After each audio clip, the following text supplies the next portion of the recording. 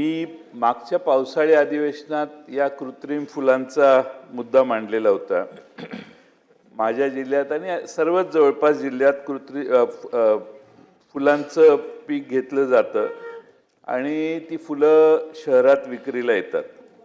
अध्यक्ष महोदय, आता ज्या ठिकाणी प्लास्टिक आणि थर्मोकोलच्या फुलांची विक्री होते त्या ठिकाणी तर ह्या फुलांची खरेदीच होत नाही, नैसर्गिक फुलांची। आणि अध्यक्ष महोदय, भाव पडलेले आहेत सगळे, माल खराब होतो, माल उठला नाही म्हणून, विकला गेला नाही म्हणून। त्यामुळे अध्यक्ष महोदय ही कृत्रिम फुलं बंद करा अशी मागणी केली आणि मग कृत्रिम फुलांचा बंदीचा GR काढण्यात आला का, काढला का नाही काढला? आपण आता उत्तर दिलं ना की बंदी आहेच म्हणून। तर निघाला नसेल तर तो GR निघावा किंवा काही निर्णय व्हावा। आणि बंदीची अंमलबजावणी होत नाही ही सगळ्यात मोठी शोकांतिका आहे। आणि म्हणून कृत्रिम फुलं ज्या ज्या ठिकाणी विकली जातील त्या त्या ठिकाणी ते आणि निर्माण करणारे कारखाने बाहेर राज्यात आहेत, त्यामुळं याच्यात कशी बंदी घालता येईल आणि 100% महाराष्ट्रात कृत्रिम फुलं विकली जाणार नाही त्याच्यासाठी जरब बसून हे काम कसं पूर्ण होता येईल हे करावं। कारण लोकांनी आमच्या भागात ग्रीन हाऊसेस उभे केलेले आहेत, त्यात कृत्रिम फुलांची निर्मिती सांगली जिल्ह्यात, कोल्हापूर जिल्ह्यात नॉर्मल फुलांची निर्मिती होते आणि कृत्रिम फुलं आल्यामुळे यांना बाजार मिळत नाही, त्यामुळे काढलेलं कर्ज फेडायला फार मोठी अडचण आहे। आणि त्याच्यात दादर फुल मार्केटमध्ये रस्त्यावर लोक फुलं विकतात। काल परवा महानगरपालिकेने त्या फुल विक्रेत्यांनाही काढून टाकलं, त्यामुळे विक्रीचे पॉइंट्स देखील कमीत कमी व्हायला लागले। त्यामुळे त्याकडेही सहानुभूतीनं बघून आपण मुंबई फुल विक्रेता असोसिएशनला आता फुल मार्केट त्यांनी बंद ठेवलेलं आहे, तर ते चालू करण्यासाठी त्यांना बोलवून चालू करायला द्यावं। आणि अध्यक्ष महोदय, फुल मार्केटमध्ये आज ती बंदी असल्यामुळे शुकशुकाट आहे। फुलांची महाराष्ट्रातली विक्री पूर्णपणाने मुंबईत जी जास्त होते ती आता पूर्णपणाने त्यांनी थांबवली आहे निषेध म्हणून।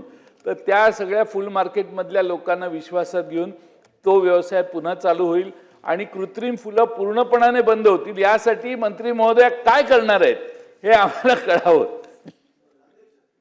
माननीय सदस्य, ज्येष्ठ सदस्य जयंत पाटील साहेबांनी प्रश्न उपस्थित केला। परत यामध्ये कृत्रिम फुलावर बंदी असं काहीही निर्णय मला घेता येणार नाही, कारण एक मला ते स्पष्ट करू द्या। एक मिनिट, माझा कृत्रिम फुलं जी हॅझार्डस आहेत एन्व्हायरमेंटला, जी बायोडिग्रेडेबल नाहीत, त्यांचा आपल्यावर गंभीर परिणाम होतो, त्यांच्यावर बंदी आहे। कृत्रिम फुलं ही कपड्याची असू शकतात, कृत्रिम फुलं ही वेगवेगळ्या म्हणजे पद्धतीने बनवली जाऊ शकतात। पण जे प्लास्टिक, अरे तुम्हाला मी बोलते पण माझं उत्तर तर दुसऱ्यांना ऐकू द्या। प्रश्न कृत्रिम फुलाचा जे प्लास्टिक वापरलं जातं ते जर प्लास्टिक बायोडिग्रेडेबल नसेल तर मग ते फूल असू, ग्लास असू, प्लेट असू, ह्याला बंदीच आहे। आणि त्याच्यावर मी कारवाईची आत्ता आपल्याला सांगितलं की जवळपास 92,000 कारवाया आम्ही केलेल्या आहेत। याच्यामध्ये जवळपास प्लास्टिक आम्ही 4,135 टन ते सीज केले, जे काही वेगवेगळं साहित्य असेल तर त्याला फक्त फुलं, कृत्रिम फुलांना बंदी असं म्हणायचं असेल तर त्याला वेगळ्या पद्धतीने निर्णय घ्यावा लागेल। ते माझ्या पर्यावरण खात्याचा विषय येत नाही। दुसरा विषय आहे की मार्केटवर परिणाम होतोय की फुलं जे नॅचरली फुलं बनवत आहेत। आता आपण ग्रीन हाऊसचा उल्लेख केला तर ग्रीन हाऊसचा इफेक्ट पण गंभीरच आहे पर्यावरणाच्या दृष्टीने, पण जे फुलं नॅचरली उत्पादन करतायत त्या शेतकऱ्यांवर अन्याय होऊ नये, त्यांना फुलं विक्रेते, हा विषय टोटली वेगळ्या डायसवर हाताळायचा विषय आहे, त्याच्यात मी काही भाष्य करू शकत नाही। दुसरा, आपण एक विषय म्हणालात की फुल मार्केट मुंबईचं बंद झालेलं आहे, तर तेही मला वाटतं की मी त्याच्यावर काही बोलणं सन्माननीय मुख्यमंत्री महोदय बोलतो। माननीय अध्यक्ष महोदय, हा विषय अत्यंत महत्त्वाचा आहे। सन्माननीय मंत्री महोदयांनी जे सांगितलं ते मी पुन्हा रिपीट करतो की बायोडिग्रेडेबल नाही अशा कुठल्याही मटेरियलची फुलं जर असतील तर त्याच्यावर बॅन आहे, तो अधिक स्पष्ट व्हावा या संदर्भात GR काढण्यात येईल। आणि अशा प्रकारच्या फुलांचा वापर करणारे डेकोरेटर देखील शिक्षेस पात्र असतील.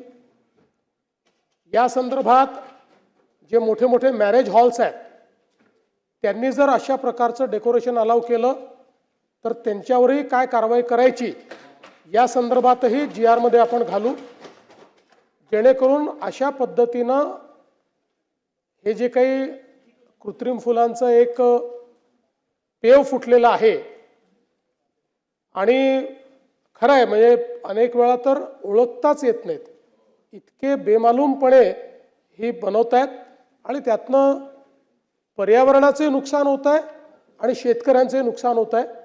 त्यामुळे निश्चितपणे त्या संदर्भातला जो काही पुढची कारवाई आहे ती आपला जो पर्यावरण विभाग आहे तो अधिक चांगल्या पद्धतीनं घेईल आणि याच्यामध्ये मग इतरही विभागांना जर त्याच्यात समाविष्ट करून घ्यायचं असेल तर ते समाविष्ट करून घेतलं जाईल.